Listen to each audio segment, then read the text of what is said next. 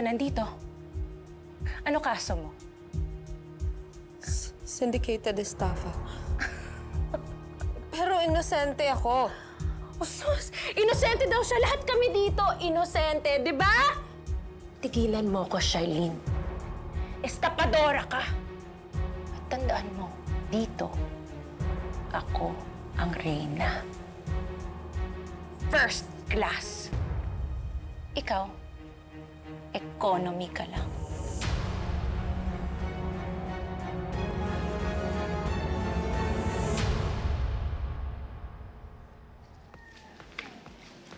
Diba?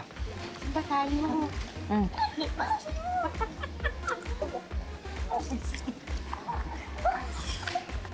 Sumama ka na.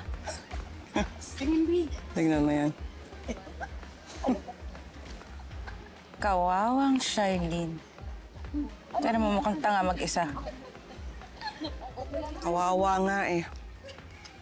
Ang chismis na damay lang daw yan sa kaso. Wala pa namang piyansa ang syndicated estafa. Buti nga. Karma niya yan. Dahil sa kanya nawalan ako ng trabaho. Tsaka sinabi ko sa'yo, inagaw niya sa akin ang jowa ko. Yung ex mong piloto?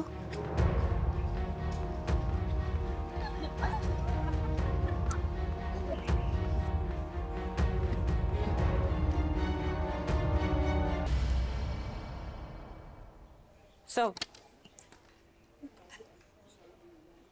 ano, papalag ka? Buntis ako. May isa pa akong pinapakain.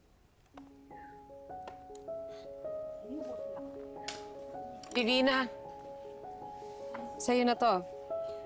Meron pa ako sa kwarto. Sorry. Pero hindi ako kakain ng mga tira mo. Sa ating dalawa, ikaw ang mahilig kumuha sa mga pinagsawan ko na! Ano ba? Divina, tumigil kayo yung mga tiyan nyo! Relax. Walang magsusumbong sa mga bantay, ha? Bibigyan ko lang ng welcome tong bagong kakosa natin. Charlene Cristobal Estapadora. Noon pa lang magnanakaw na to eh. Ninakaw niya yung jowa ko. Hindi yan totoo. Hindi ako magnanakaw. Matagal na kayong hiwalay ni Raymond bago naging kami. Hinaayaw ko ng gulo. Hindi pa ako tapos.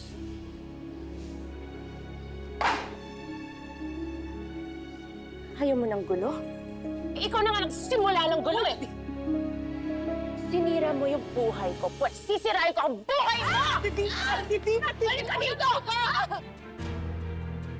Balik ka dito! Divina! Bakit? Divina! Hawakan mo! Hawakan mo! Tama na! Ano ba? Hoy! Divina! Ang yabang mo, ha?